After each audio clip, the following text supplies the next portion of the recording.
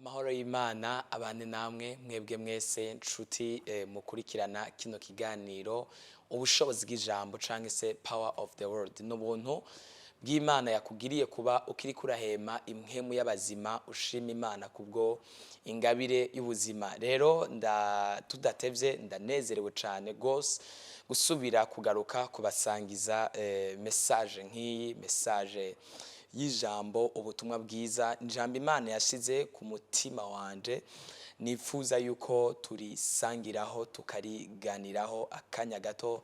Ndagusavye unkurikirane gato ndizera neza nakekeranya kuza gufashwa kandi riza kugira ico ryongereye mu buzima bwawe bwo gutahura ivy'impwemu canke se n'ibindi bitandukanye. Reka dusome ijambo ry'Imana. Ariko mbere yuko dusoma ijambo ry'Imana n'ijambo rivuga cazanye umwansi Satani, ibikorwa vy'umwansi, ibikorwa vya Satani ku buzima bw'umwana w'umuntu. Reka tubanze dusome muri Yohana igice caho c'icumi ku murongo waho w'icumi nyene turasoma mu izina rya Yesu. Aravuga ngo igisumwa ntikizana n'ikindi atari ukwiba, ukwica no gutikiza. Nayo jeho nazanywe no kugira ngo zironke ubugingo kandi ziburonke ari umusesekara. Umwami Yesu adufashe cyane. Bibiliya yatubwiye yuko igisuma ntikizanwa n'ikindi atari ukwiba, ukwica no guhonya no gutikiza.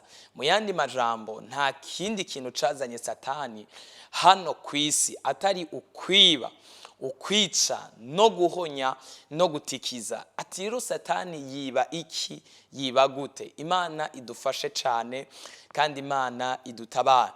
Uyu munsi hari abantu benshi babayeho Satani yarivye imitungo yabo, yarivye ubuzima bwabo, yarivye kazoza kabo. Hari abantu benshi Satani yivye destinies zabo, yazanywe no kwiba. Satani ntanezererwa nuko woba mu mahoro n'akanya na gatoya, ntanezererwa yuko woronka ikintu kinezereza umutima wawe, ntanezererwa nuko woronka akanyamuneza, ntanezererwa yuko umuryango wawe wogenda neza, ntanezererwa yuko agakiza kawe kuhagarara neza ukagwana intambara yo kugororoka no gukizwa no gukiranuka ukaba umugororotsi. Ibyo byose yazanywe no kwiba ibihe by'impemburo mu mitima y'abantu abakiriye agakiza bakamwakira Yesu nk'umwami n'umukiza mu bugingo bwabo. Icamuzanye igikorwa ciwe no kumwiba, ni kwiba agakiza abantu, no kwiba ibihe by'impemburo abantu. Rero igihe cyose uri kuratera imbere mu buryo bw'impwemu canke se mu buryo bw'ibigaragara, Satani agira ijaluzi, ahaguruka kugira umutima mubi kugira ngo ashobore gutwara ikintu ciza Imana yakugeneye. Hari abantu benshi cyane batandukanye bibwe inyenyeri zabo, bibwe amadestiny yabo. Reka ndakubwire mwene data, Satani yabonye uzova mu ikintu runaka gikomeye cyangwa uzova mu muntu runaka akomeye cyangwa imbere yawe uruvyaro rwawe ruzova mu rukomeye, arutera mbere yuko rugera ku kintu rushobora kugeraho, mbere yuko abana bawe bakura bagera mu rugero aba yabateye, agatangura kubajana mu ngeso mbi, akagerageza kwiba destiny z'abana bawe n'uruvyaro rwawe, kubera yuko arabona imbere yuko bazoba abantu bakomeye, bazoba abakozi b'Imana canke se bazokorera igihugu canke se bazoba umumaro mu muryango, bazoba umumaro muri societe itandukanye. So ikikorwa ciwe akora kubera yuko abona inyenyeri zawe, acagerageza kugwana intambara zo gukatisha abana bawe, akabiba ama destiny, akabiba intumbero zabo, akabakatisha mu vyaha, akabakatisha mu busambanyi, akabakatisha mu biyayuramutwe, akabakatisha mu bubandi bwinshi butandukanye, mu vyaha bitandukanye. Abiba inyenyeri zabo mbere yuko babishikamwo. So nimba Imana yaraguhezagije uruvyaro, pray for your kids, pray for your children, pray for your family. Sengera abana bawe, sengera umuryango wawe, sengera ibikugize byose. So Satani ntiyaje kwiba gusa ibintu uruvyaro canke se bifadika gusa, ariko even devil ariba n'ivyo mu buzima bw'impwemu. Imana idufashe cyane. Hari igihe Satani abona yuko uriko uratera imbere uduga mu buryo bw'impwemu, and then akavuga ati if I let this person akabandanya akagenda mu misiza ndabona akazuba ari karanyaga imitima myinshi, ndabona akazuba ari karabwira ubutumwa benshi, ndabona akazuba ari karahindukiriza abantu benshi muri Kristo Yesu, and then agateza inyota y'ivyaha muri wewe, akazana discouragement ziza kuku discouraginga. Imana idufashe kandi gutabare ca Satani. Rero ijambo ry'Imana rivuga ngo murondere muzoronka, mudodore muzokugururirwa, mukore muzoronka, mukore ibishoboka byose. So hano novuga yuko Yesu yariko aratubwira gukura amaboko mufuko tugakora, kutaganzwa n'ubunebwe tugakora. Yaratubwiye ati kugira ngo ugire icyo ushoboye kuronka, of course yes, ntabwo uzokwirirwa mu nzu ngo ushobore kuronka icyo ufungura mu gihe utakirondeye, ntabwo uzoshobora kuguma wicaye ngo ushobore kurondera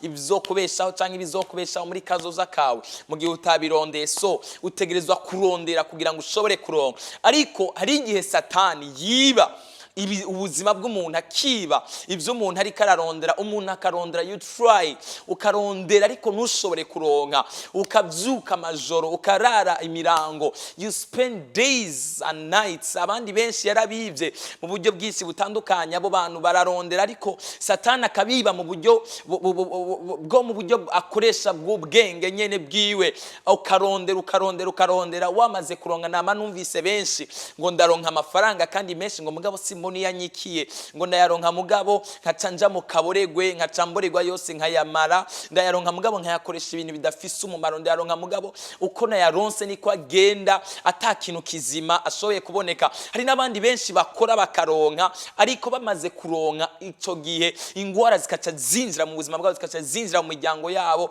kugira ngo Satani yibe bwa butunzi bari bamaze kuronka canke se bari bamaze kugeraho. So reka kumbure ngaruke kugijanya n'intumbero. Satani hari abantu benshi bahagurutse gukorera Imana, arabiba intumbero zabo. Hari abantu benshi bahagurutse kurondera inyonga zima, arabiba mu nyuma. Bariko baraduga bagera ku rugero rwiza, arabateza intege nke zirabatera.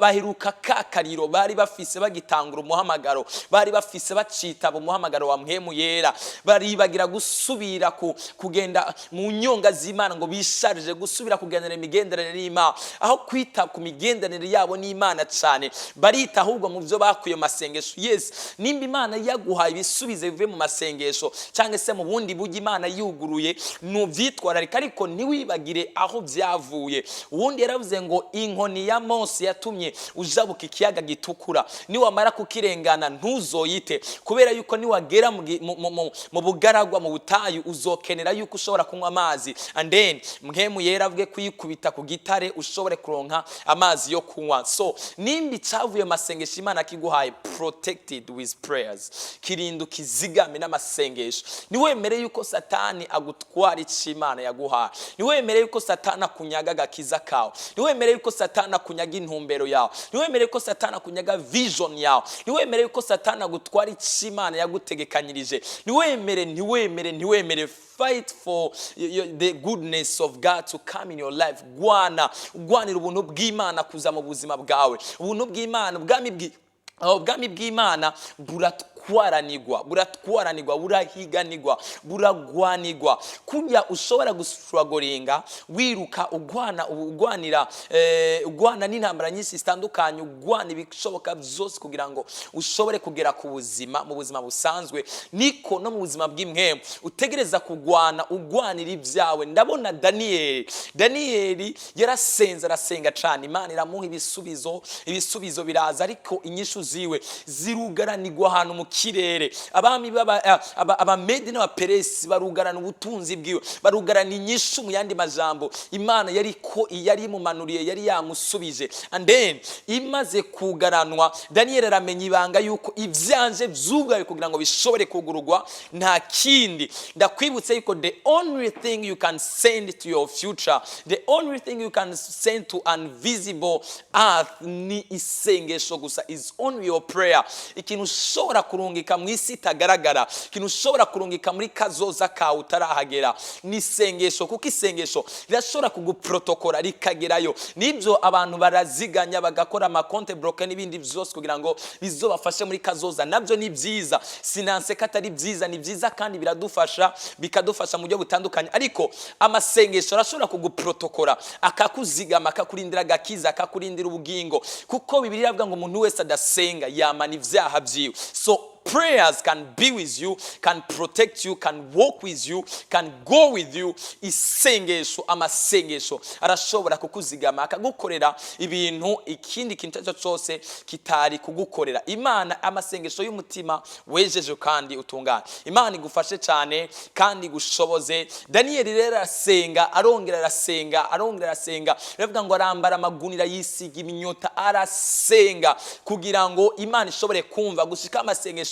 yanyiganjije intebe y'Imana, aravuga ngo Satani yaje kunyiba. Ni kuvuga Daniyeli nyishu zari zamanutse, ariko Satani arazibira mu kirere atabizi. Hari ibintu byinshi wasabye Imana, Imana yakwishuye, ariko hari aho Satani yabikatishirije, araho Satani yabinyegereje. So ongereza amasengesho, ntucike intege, nturambigwe, ntukagere mu rugero rwo kumva yuko Imana itakiri kumwe nawe.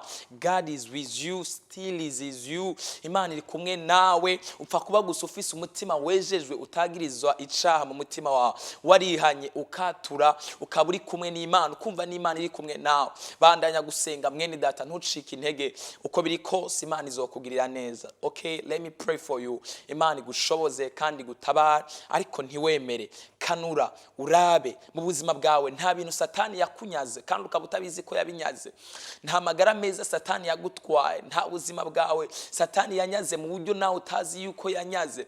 Reka ndagusengere, Imana ikugarurira ikintu cyose Satani yakunyaze, Imana igusubiza ikintu cyose Satani yagutwara. Ibintu Satani yatwariye mu misho byose utabizi, Imana ibikunyagire mu misho, igukorera igitangaza mu izina rya Yesu.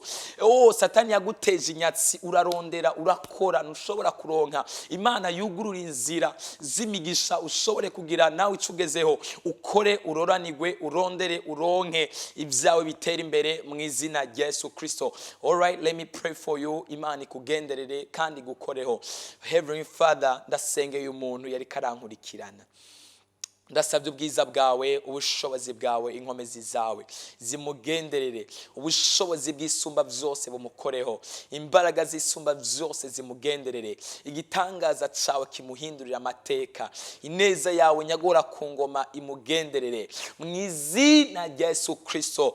Ndamusengeye mbohoza ikintu cyo cyose Satani yugaye ku buzima bwiwe, yahora agorotse atunganye, ariko intege nke ziramutera, asubira mu byaha, arananirwa n'urugendo, araruhira mu rugendo. Father, subira mwongere izindi nkomezi, subira mwongere ubundi bushobozi, subira mwongere izindi imbaraga. Ararondera ariko ntashobora kurugera ku rugero rwiza rwo kuronka. Mwugurura umugisha bifadika, mwugurura umugisha mu buryo bw'imwemu, muhe gutungana no kugororoka, muteze intambwe, murenganisha imisozi n'ibiyaya mu izina rya Yesu Kristo. Murushirize kumuremera ukugororoka no kurwana intambara y'agakiza keza akanesha mu izina rya Yesu Kristo.